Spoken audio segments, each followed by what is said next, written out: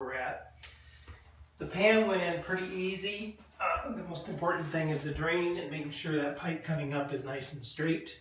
It's definitely a two-person job.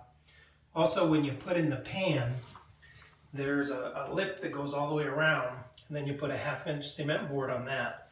The only thing is the pan is about probably 1/8 of an inch thick, so you have to fur out the wall from where the pan stops. Otherwise your cement board will have a tilt and that'll give you a problem all the way up.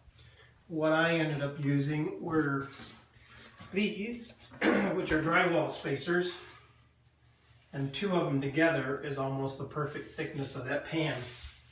So what I did was right on top of the pan put the drywall spacers and then put my cement board right on it, and that way it kept it nice and straight this way.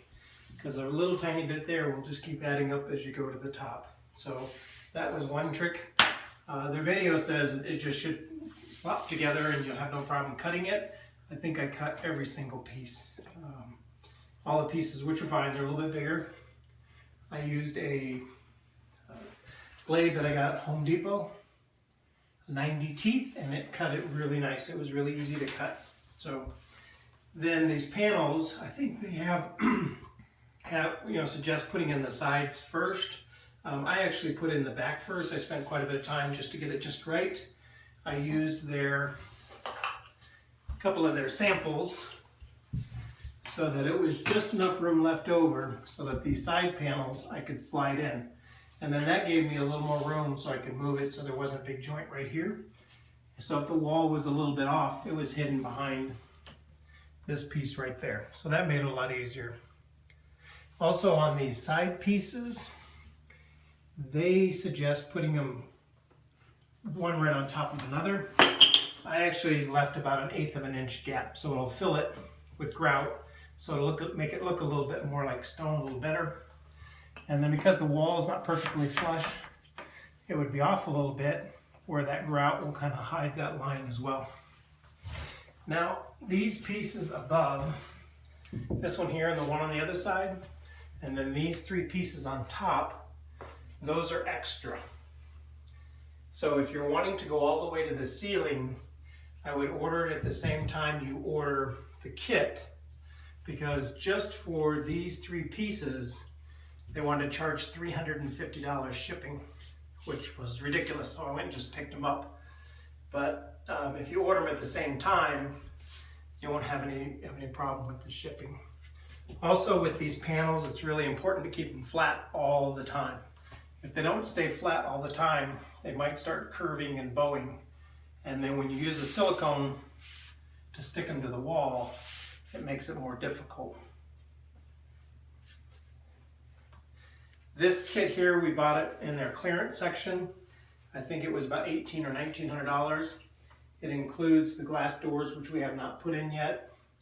It includes a soap dish and a shelf, I believe. And for us, the price was right. The floor already comes in with the tiles, so I've already gone in and grouted it. And then this piece end sets, I've already grouted that as well.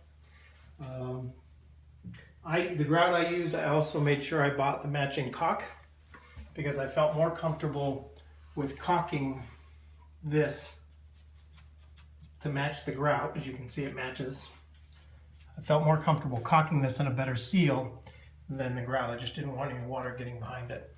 Also in the corner here, before I put down the grout, also here, and then all the way around the bottom, I did fill it with this a little bit so that it kind of made a seal in there, and then I grouted right on top of it.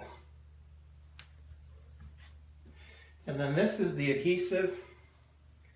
They send you 1 bottle, which is nowhere near enough to do this job, especially with the extra panels. I would say I probably use between 5 and 6. I used some of this on other projects I had going. It's actually a pretty good product. But for the whole shower install, it probably was about 5 or 6 of these bottles. Haven't put it into use yet. Don't have the doors on it. So can't say for sure whether I would do it again. One of the things I'm concerned about is this material and water spots and how to clean it. They have a pretty long list of things you can't use to clean it.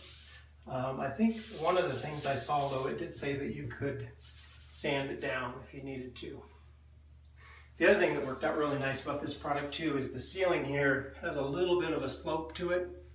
So I was able to cut this, pencil it, and then just sand it down with a regular sander to get that to fit perfectly. So the material is pretty soft and easy to work with. So I will give good grades on that as well. But I did have to cut I did cut every single piece. And this piece had to get cut width-wise and height-wise.